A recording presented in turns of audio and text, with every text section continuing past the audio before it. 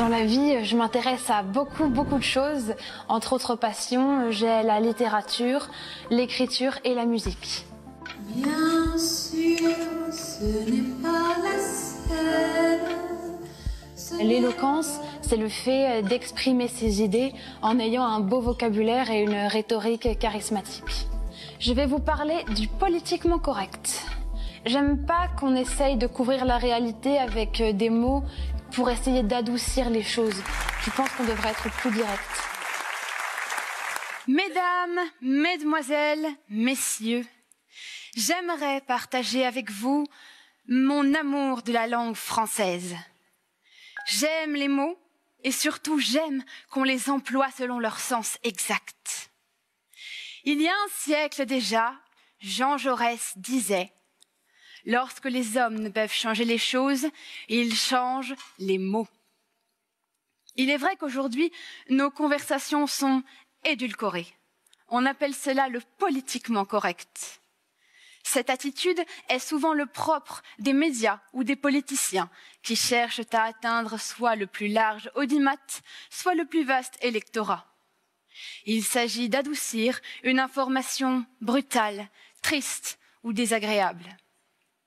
Plutôt que d'aveugles, on parlera de malvoyants. Les malentendants remplacent les sourds. Un paraplégique devient une personne à mobilité réduite et un nain se change en personne de petite taille. Mais imaginez si nous devions replacer ces formulations dans un autre contexte. Pensez-vous que Walt Disney aurait eu autant de succès avec Blanche-Neige et les 7 personnes de petite taille? Ou croyez-vous qu'une personne porteuse de handicap se promène nuit et jour avec un lourd seau d'eau posé sur son dos courbé? Et encore, quand on ne porte pas son handicap comme un vêtement ou un fardeau, on en souffre à la manière d'une grippe ou d'une entorse à la cheville. Vous commencez, je pense, à voir où je veux en venir. Ces champs lexicaux tout sucre et tout miel peuvent parfois être risibles et leur goût devient aussi aigre que celui d'une limonade au vin. Par exemple, quand on parle de la mort, on le dit rarement de façon directe. On aura plutôt tendance à employer « il est parti, il nous a quittés » ou pire encore, « il a trouvé la mort ». Mais qui irait littéralement trouver la mort comme si c'était un fruit qu'on achète au marché? Encore une fois, cela n'a aucune logique. J'aurais tant d'autres exemples à vous citer, mais on y serait encore demain. On pourrait compter sur les médias pour cesser ces maltraitances linguistiques. Naïvement, on se dit qu'ils ont le pouvoir de mettre fin à cette politique de l'autruche. Mais ils cherchent trop souvent à faire sensation et nourrissent les confusions. Par exemple, dans le journal, on vous parlera d'un aveugle qui a couru un marathon, alors qu'en réalité, c'était un malvoyant. Et comme on l'oublie trop souvent, les malvoyants voient encore un peu, contrairement aux non-voyants qui ont perdu la vue et aux aveugles qui n'y voient rien depuis leur naissance. Bref, les médias emmêlent les pinceaux du public au lieu d'éclairer leurs lanternes. Quelle douce ironie! Mais je divague. Revenons à l'essentiel. On le sait tous, notre vocabulaire ne manque pas d'expressions pour clarifier les choses. Mais ces termes dérangent, et le plus ironique, c'est qu'ils sont davantage mal vus par le grand public que par les personnes concernées. Mais pourquoi, au juste ? Je pense que nous devrions laisser de côté cette bienséance, car de simples mots peuvent avoir un pouvoir immense. Le fait même de corrompre leur sens déforme nos paroles et leurs conséquences. Je terminerai cette allocution par une citation de Jules Renard. « Prudence n'est que l'euphémisme de peur. »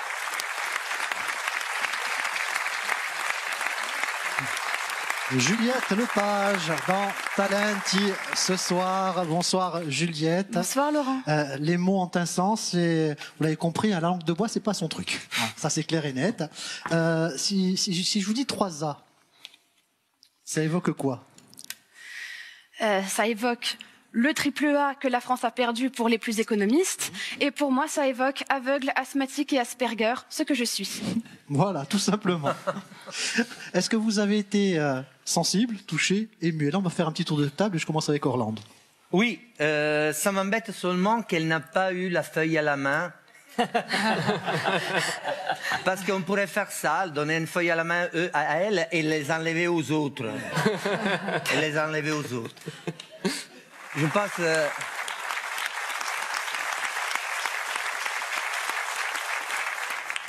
Je suis très touché dans ce texte, pas parce qu'elle est aveugle, mais parce qu'elle parle de politically correct, que c'est une sorte de cage dans laquelle on va rentrer tous et il nous empêchera de vivre, de rigoler même. Aujourd'hui, si toi tu dis toi tu es un nain, les gens ils te regardent comme ça. Il a dit nain. Elle a raison. C'est pas une insulte. Blanche-Neige, ce texte, je trouve que c'est vraiment une sorte de manifeste sur la connerie d'aujourd'hui, de politically correct. Moi, je dis bravo, Juliette. Je voulais justement, comme tu nous as parlé de non-voyants, de malvoyants et d'aveugles, tu nous l'as précisé, tu es aveugle. Oui, c'est ça. Et ce texte, il est fabuleux. Moi, je le verrais bien passer en radio. Tu vois, c'est vraiment un billet qui nous montre en plus le pouvoir des mots. Et tu nous l'as bien démontré, bravo. Écoute, moi Vous savez que ça me touche beaucoup parce que mon rêve, ce serait de travailler dans le milieu de la radio. En plus des conférences, mais la radio, c'est mon but principal. Eh ben, écoute, je t'encourage à faire des démarches parce que tu as un réel talent pour des billets radiophoniques. Je crois qu'elle a déjà touché à la radio et qu'elle a pu réaliser quelques interviews. Hein, oui, j'ai ma propre petite émission sur une petite web radio qui s'appelle Le coup d'œil de Juliette.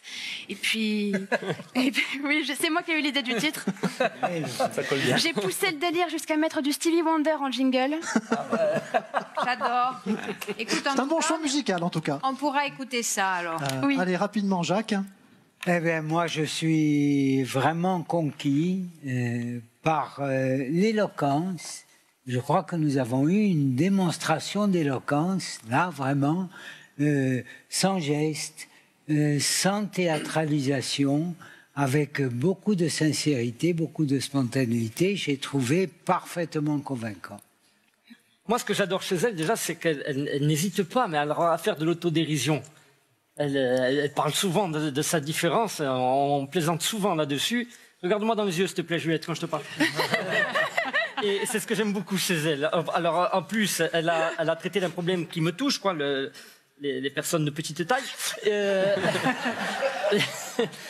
Donc, évidemment, je suis conquis déjà. Et surtout, elle a abordé un sujet contre lequel je me bats, hein, c'est-à-dire on n'a plus le droit de rien dire et la bienséance en fait partie, quoi. C'est des contraintes, mais merde, en plus sur une scène, quoi. Aujourd'hui, on peut plus rien dire. Et je l'ai dit d'ailleurs dans une pièce de théâtre. Je dis, bientôt les artistes, enfin surtout les comiques, ils pourront plus rien dire. À chaque fois, ça fait une polémique. Alors ils vont arriver sur scène et ils pourront plus rien dire. Et il y a encore un qui va te trouver à dire en disant qu'il se moque des muets. Donc, alors, je suis content que tu aies choisi ce sujet. Et moi, je te demande de continuer à faire beaucoup d'humour. Et tu sais, tu parlais tout à l'heure, ça m'a choqué ce que tu m'as dit. Tu as dit, je suis dans une pièce noire. Et ne crois pas, hein. Ne crois pas. Enfin, quand on dit dans le noir, si ça se trouve, je suis dans le rose ou dans le violet. Hein. Personne ne sait la couleur. Déjà, parce que moi, j'allais te parler de l'humanité. Je t'assure qu'on est dans une grande pièce noire, on ne sait pas où on va, on fait n'importe quoi. D'accord? Donc tu n'es pas seul, on est tous dans la même pièce. Voilà. Merci beaucoup.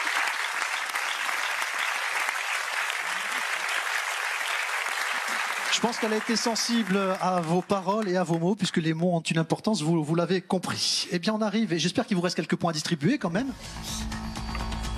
Alors, le premier ou la première à nous rejoindre. Antoine Parodin.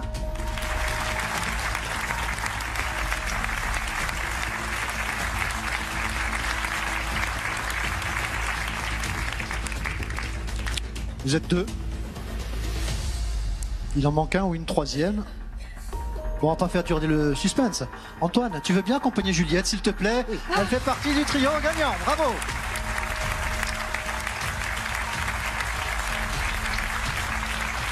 Donc, à la 3e place. Et avec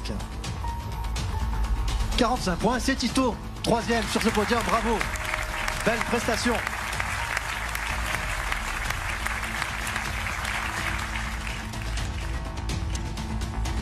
Avec 55 points, qui va monter sur la 2e ou la 1re marche, on va le savoir tout de suite. Ou peut-être un peu plus tard. Antoine et Juliette, vous êtes ex-aequo pour l'instant, bravo!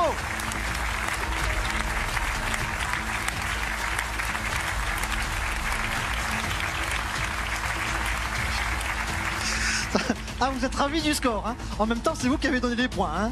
55 points, c'est la part. Moi, je m'y attendais pas du tout parce que statistiquement, on avait très peu de chance avec 50 points distribués par jury pour tous les candidats. On avait très peu de chance, mais effectivement, ce sont les deux personnalités qui sont ressorties ce soir. Il va falloir trancher parce que vous le savez, Talent, il y en a qu'un.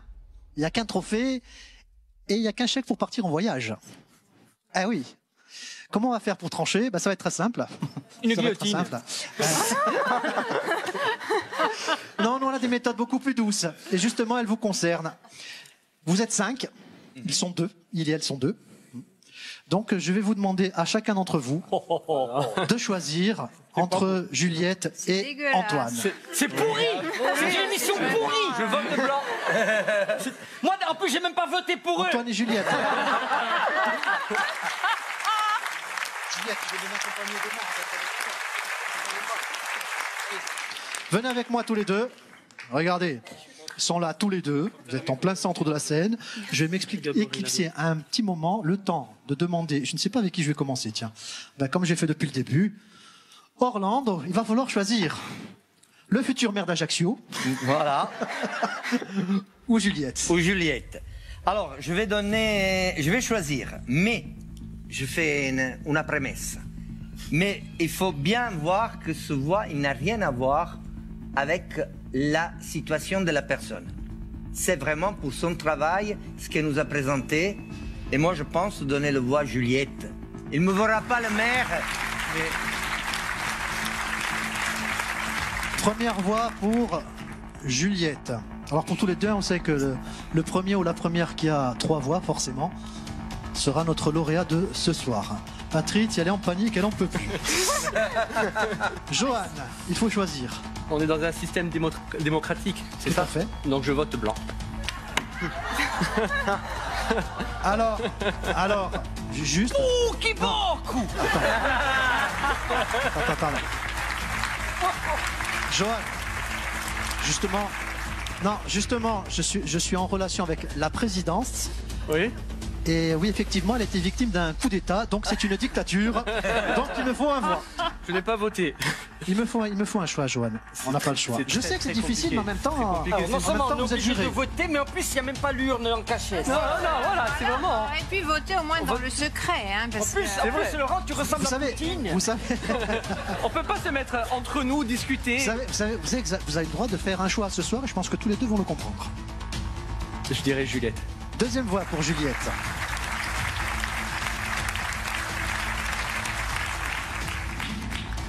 Alors là, avec le vote de Patricia, tout peut se décider maintenant ou on continue le suspense. Non, Patrick, dis Parodin, il se débrouille après. Au moins tu es tranquille, vas-y. Allez, je donne une voix à Antoine. Juliette, Merci. là, je suis au milieu, tu vois, donc... Mais Juliette, c'est vraiment... si vous êtes ex-aequo, c'est pas pour rien, quoi. Je veux dire... 2 voix bravo pour... à tous les deux. Et puis voilà, allez, c'est vraiment au hasard. Ouais, c'est un truc de... 2 voix pour Juliette, 1 voix pour Antoine. Giacomo. Moi, je suis soumis, je suis sous influence. Et comme il m'a dit, guarda, fa tout, hein, et donc c'est Juliette. C'est Juliette, 3 voix. Juliette est notre talent de ce soir. Bravo. Bravo Juliette. Tu aurais pu donner une voix à Antoine.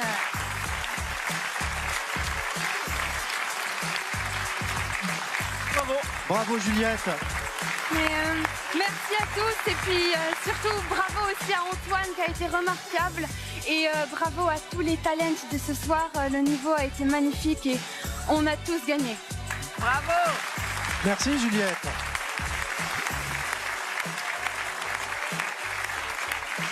Eric, on peut dire que ta voix est partie pour Antoine Parodin. Ah bah en plus on vote pour moi. 3 Ah oui, voix je vais lui de... donner. De toute façon elle a gagné donc je le donne. Encore bravo. Alors on va remettre à Juliette le premier trophée de Talent. Voilà, il est tout neuf, il est tout beau, ça reste le premier. Voici notre Talent 2019. Merci Aurélie. Tiens Antoine. Antoine, il n'est pas pour toi, mais tu vas le porter quand même pour Juliette. Juliette, tu vas pouvoir partir en voyage, un chèque cadeau voyage. Tu vas pouvoir partir où tu veux, quand tu veux, et découvrir ce que tu veux. Merci beaucoup.